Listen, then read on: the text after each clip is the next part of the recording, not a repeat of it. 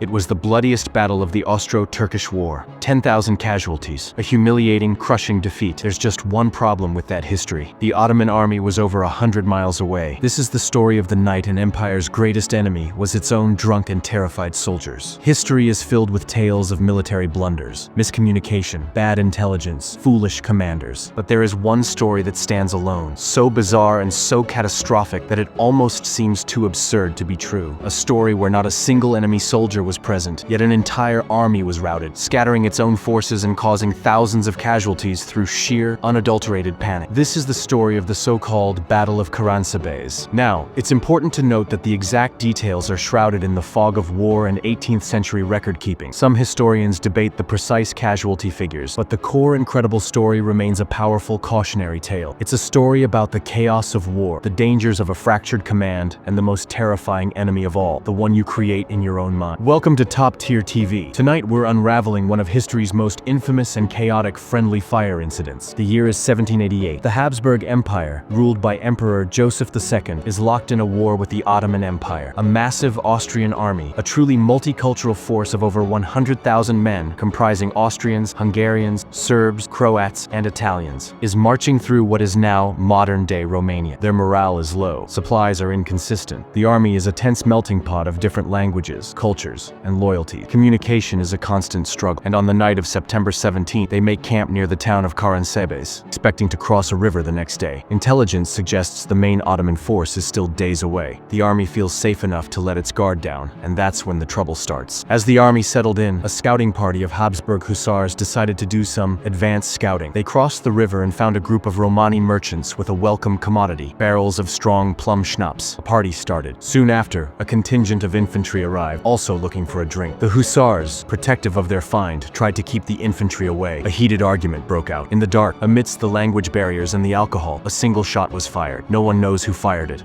or why. And in that explosive moment, someone, perhaps a soldier who only spoke Italian hearing shouts in German, perhaps someone just trying to raise the alarm, yelled the one word that could trigger instant blind panic in an army camped in Ottoman territory. Turkin, the Turks, the Turks. It was the spark in the powder keg. The infantry, thinking they were under attack by Ottoman cavalry, formed a defensive line and opened fire on the hussars. The hussars, now convinced an Ottoman attack was coming from their own camp, charged back across the river. Panic was now infectious and unstoppable. The sound of gunfire at the river reached the main camp. Soldiers were jolted from their sleep by the sounds of a battle. They heard shouts in languages they didn't understand. They saw shadowy figures running towards them, their own comrades retreating from the attack. Officers, trying to regain control, shouted, "Halt! Halt!" But to soldiers who didn't speak German, halt sounded like the Turkish Allah. This only confirmed their worst fears. The Turks were everywhere. Units turned on each other in the pitch black. The army's own elaborate defensive measures now became instruments of self-destruction. The engineering corps had built abatis, sharpened wooden defenses pointed outward to stop cavalry charges. In the panic to flee, men were impaled on their own fortifications. And then, the ultimate catastrophe. The artillery, hearing the massive battle raging, did their duty. They loaded their cannons with canister shot, hundreds of metal balls designed to shred infantry, and fired into the darkness, into the heart of the chaos, mowing down their own fleeing soldiers. By the time the sun rose, the camp was destroyed. The field was littered with the dead and wounded. Thousands had fled into the countryside. The army was shattered, and there wasn't a single Ottoman soldier anywhere to be seen. When the actual Ottoman army arrived a few days later, they couldn't believe their luck. They simply walked into the abandoned camp, capturing the wounded and the vast supplies the Austrians had left behind. It was one of the most humiliating and bizarre defeats in military history. The Battle of Karansebes is the ultimate story of a failure of command, communication, and discipline. It shows how fear and confusion can be more destructive than any enemy army. It's a darkly comic tragedy, a reminder that sometimes our greatest enemy is the one we imagine in the shadows. If this incredible, almost unbelievable story of chaos and confusion resonated with you, please help us out by hitting the like button and subscribing to Top Tier TV. Now we want to hear from you. What do you think was the single biggest factor in this disaster? Was it the language barriers, the lack of discipline, the alcohol, or just pure, unadulterated panic? Let us know your thoughts in the comments below. Thank you for watching. Until next time.